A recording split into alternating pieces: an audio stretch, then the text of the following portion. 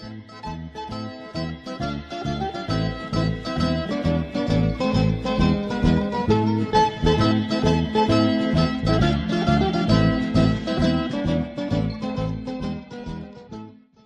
ladies and gentlemen, and welcome yet again to this episode of Dinner Guide. Today I've got something quite tricky and quite a challenge to some of you or most of you, but I'm going to try my very best to make it very simple. Today we're going to be making a souffle on this very show, and we're going to be using cheesecake as our base. Cream cheese as our base. So without further ado, I'll start by introducing my ingredients. So from the front I've got some butter and some flour. I've got some beautiful chocolate fingers there for garnish and some mint. I've also got some condensed milk, some eggs, some icing sugar, some cream cheese, a bit of water here.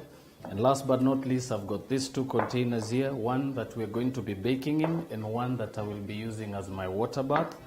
You will also require some parchment paper, one particularly cut to about 1.5 inches in width and about 30 to 40 centimeters in length. So basically the idea for that is to actually be able to go right around your bowl and actually combine all the way to the end. And the last piece, which is basically this round cutout parchment paper, this is basically what we're going to be using to cover the bottom. And all these small details are basically going to allow us to achieve that beautiful cheesecake we're looking for.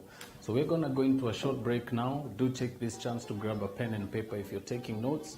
And when we come back, we're just going to dive right into it. So don't touch that dial. We'll be right back.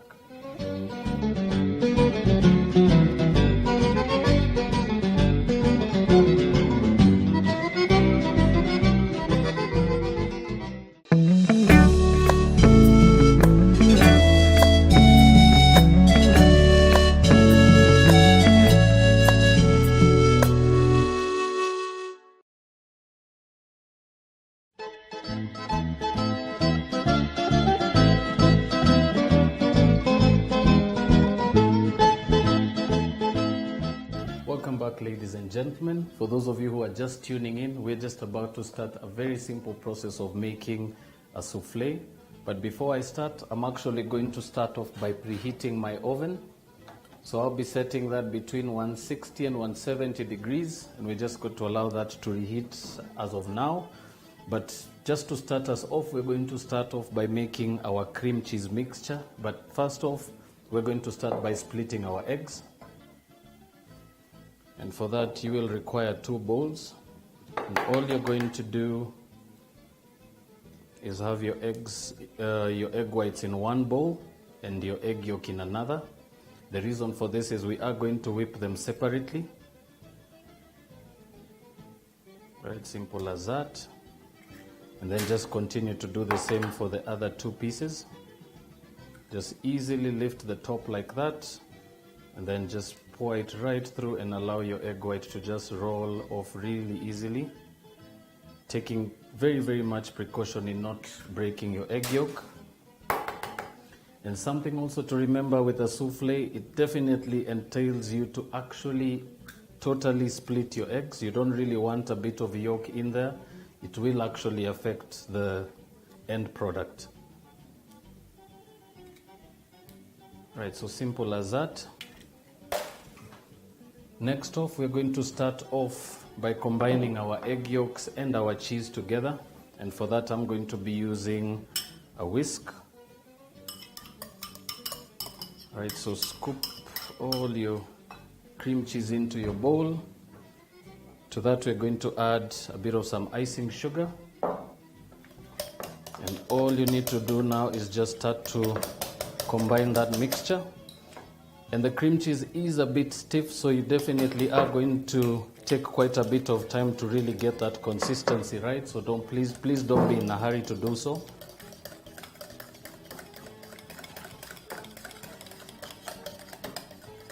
Right, so what you're looking for is something more like a very, very clotted cream kind of consistency. Now you just need to shake the excess out of your whisk. Just set that aside. Now this is done. And we're basically going to come back to that in a few. But very importantly, we're going to jump into the process of attaining our stiff peaks for egg whites. Very particularly, this is a very somewhat challenging technique for most, but they're very simple techniques to do so. My particular best secret to get a very beautiful egg white, always have some salt on the side. So we're going to just start off slightly by just whipping our egg whites. And now there's particularly 3 stages you're looking for here, 3 stages to whipping egg whites. You've got the very soft peaks, you got the firm peaks, and you got the stiff peaks. Now what we're trying to achieve today is the stiff peak, and I might actually be whipping this for quite a bit of time, so I will ask you, ladies and gentlemen, to bear with us while we do so. So to that I'm going to add just a small pinch of salt. One particular trick with salt, it actually helps you stabilize your egg whites, and it actually helps to stiffen them really well. So we're just going to start off our nice long journey of whipping some egg whites. I know most of you might never want to do this by hand. It does take quite a bit of energy out of you. And the worst thing, pretty much the worst thing that you could actually face when making egg whites is actually getting tired in between, because it could actually cause your whole mixture to collapse and basically return you back to the first process, and you'd have to split your eggs and then continue again to split them, whip them, and then start over again. Right, so if you can be able to see that from the cameras, we are now at the foamy stage of the egg whites whipping process, and this basically starts to resemble a soapy consistency. So that is the first stage you need to get by. And what will happen is you will start to realize that the mixture will get thick as you continue.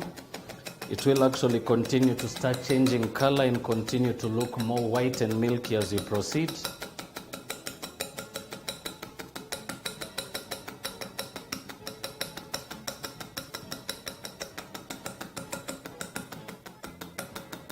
Also, another trick to remember, always handy to just tilt your bowl sideways. It actually gives you quite a bit of control. And also feel free to switch hands if you're able to. And it's actually a plus as well if you actually train yourself to use both hands. Remember, as I mentioned in the beginning of this, it is actually a tiring process, and you do actually have to bear with it for quite a while. Right, so you can actually be able to see from the cameras there, we're just now getting to the more extreme foamy stage. And now what we should be coming into next is the soft peak stage. But as I said, a very simple trick to get your eggs to really whip well. Always have a bit of salt, just add little by little as you proceed.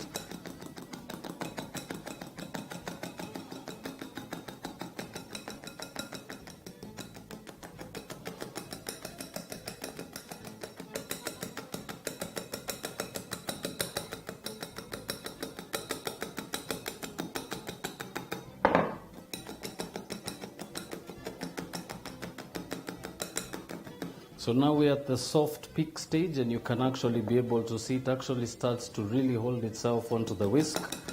So at this stage you should actually be sure that you're not too far off. So this actually marks the middle, the center stage for your egg white meringue.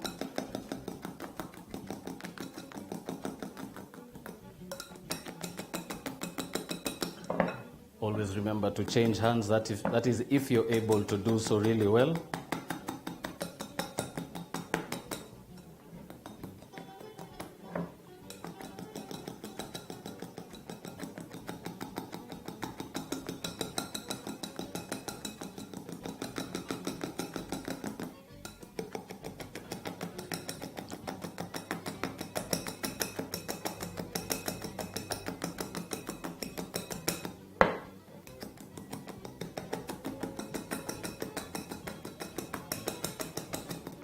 We should actually be almost there. We are now at the soft peak stage, and what we are looking for is a firm peak. So we're just going to continue whipping this until it's a little more stable. And remember, the one particular technique something you need to remember with this technique is whipping actually is a matter of incorporating air. And once you actually tilt your bowl like that, you're actually able to incorporate a little more air at one go. And it actually cuts your process a little shorter. If you're actually feeling lucky and you're able to hold your bowl up off the surface, it's also very much allowed.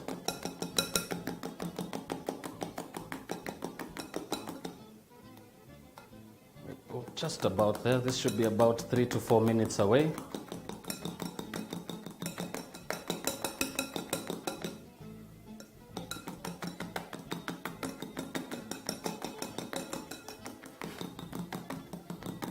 So this particularly is the biggest challenge for most people who actually try to make a souffle.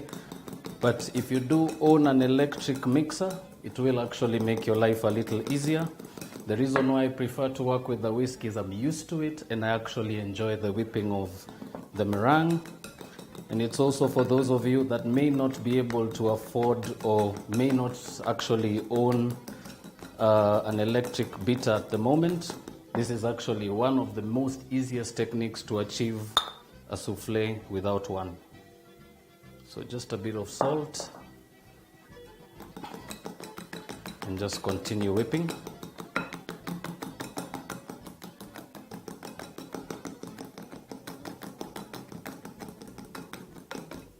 Alright, so our egg whites are now done.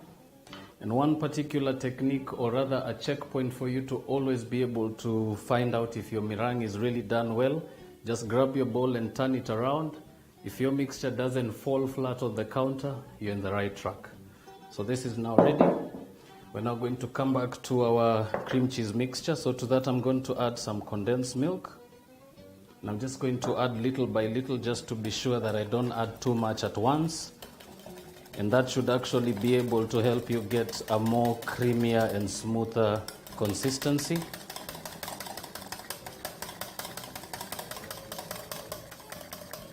So it should actually be just about the texture of mayonnaise. You can actually see it actually moves around the bowl really well. Right. Now our first process is done. We're now going to jump into the second process, which is basically the folding process. And for that you'll need 2 spoons. One to actually spoon in your egg whites and one to actually fold in the mixture. So I always start by adding about 1/3 of the mixture and then just start folding while rotating your bowl. I'm just going to move that to the side. So very, very simple technique. Just rotate your spoon and just keep doing so in the same exact motion. Please don't be tempted to start rotating it and mixing it like a porridge. It will actually ruin the consistency as well as all the effort you've put in from the beginning. So basically this particular stage of incorporating egg whites actually fluffs up the mixture. And this is basically what's really going to allow you to have a beautiful cheesecake that will actually puff up really, really well. Right, so that particular set is done. I'm just going to add half of what's remaining and just basically continue to fold.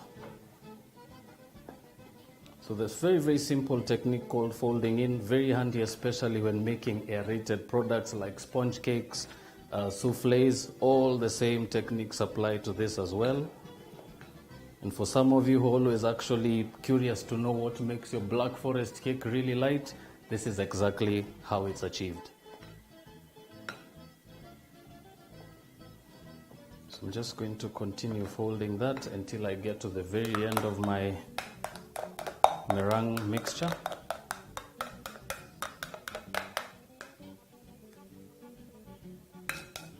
And be sure to scrap as much as you can out of your bowl.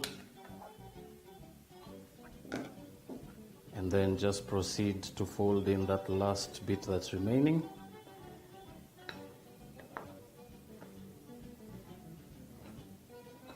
And you can actually do it as fast as I'm doing it if you're very confident, or you can do it much slower, and that should actually limit any chances of you messing up everything all at once. Right, so our mixture is now nice and ready. As you can see, it's got a nice, beautiful lightness to it. It just rolls off the spoon.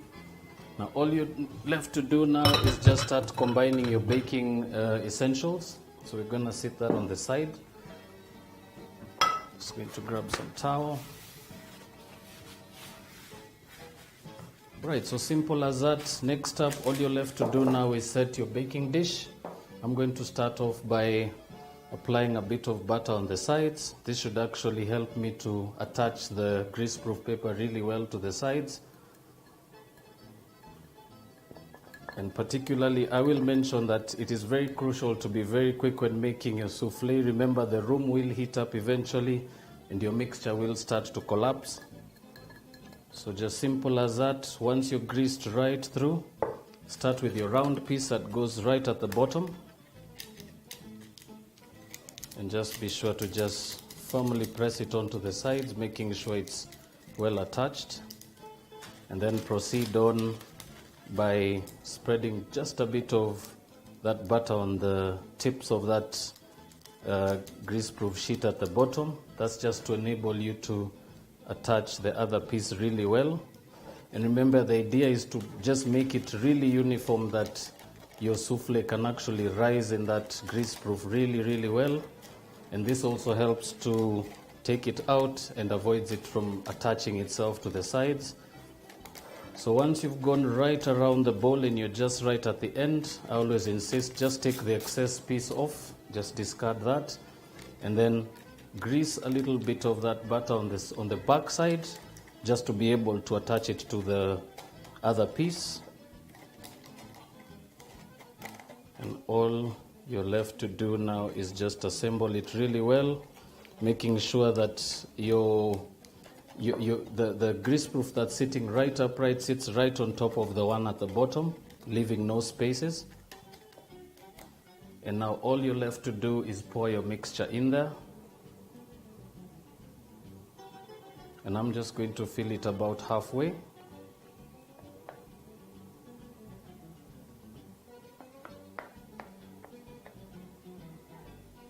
So just about halfway to the top.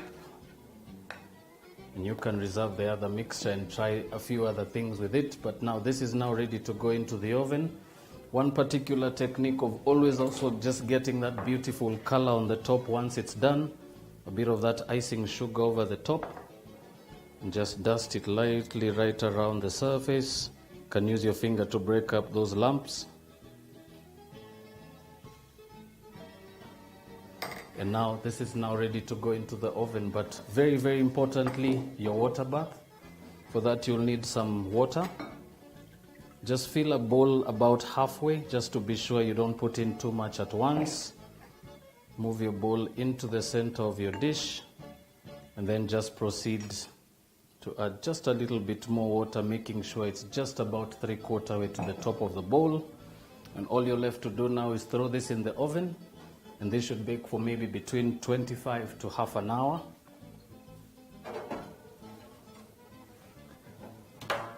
All right, simple as that. So now all we need to do is just sit, wait, relax, and wait for our souffle to cook all the way till it's done. But as we do that, we're going to clear the station. We're also going to take a short break and refresh. And when we come back, you'll be able to see what a souffle looks like. So don't touch that dial. We'll be right back.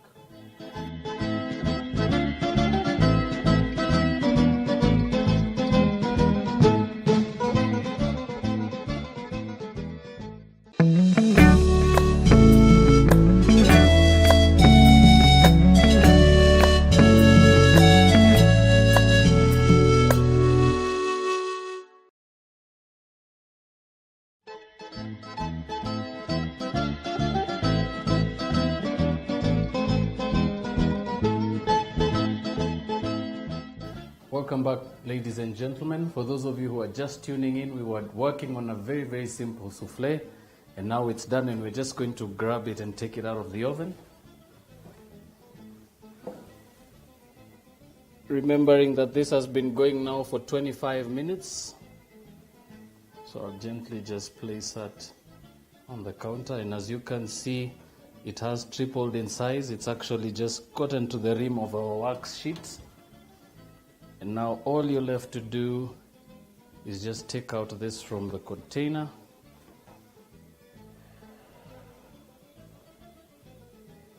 Still nice and hot. We're just going to give it a few seconds. So as I was explaining to you when we started, remember this is basically the reason why we actually add that extra lining of grease proof. As I mentioned, a souffle does really double up in size, and as you can see, it's really puffed up, and you can see it's really huge. We're just going to see if we can just slide that grease proof off really gently. Right, that's still attached. So we're going to attempt to just get that out of the water bath first.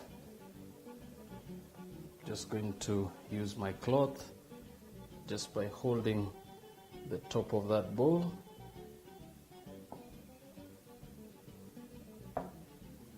And now just discard the hot water. Right, simple as that. Now all you're left to do is just take off that grease proof really gently.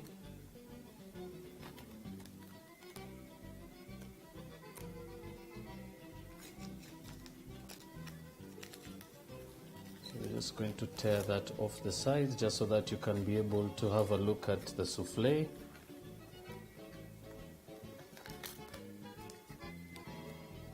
So as I said, a very delicate dessert, by the way, and with the smallest of mistakes, this could actually all collapse and you could actually have to start from scratch. So as I said, most of you might not be able to get it as perfect as we did on the show today, but guaranteed with a little bit of practice, you should actually be able to. And now our souffle is now complete. Now just some tips on how to plate. I'm just going to grab a nice white plate at the back. Right, so some simple pointers of how to plate. I'm just going to give this a quick wipe. Right, simple as that. So I've got some beautiful mint leaves here that I'm actually going to use for some garnish.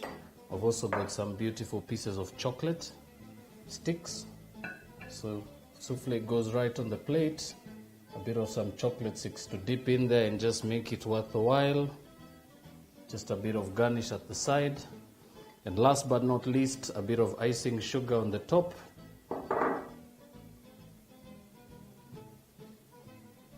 Just use your fingertips to squeeze out all the sugar that's still stuck in your strainer. And voila. Ladies and gentlemen, thank you for tuning in today. I've definitely had much fun presenting this to you.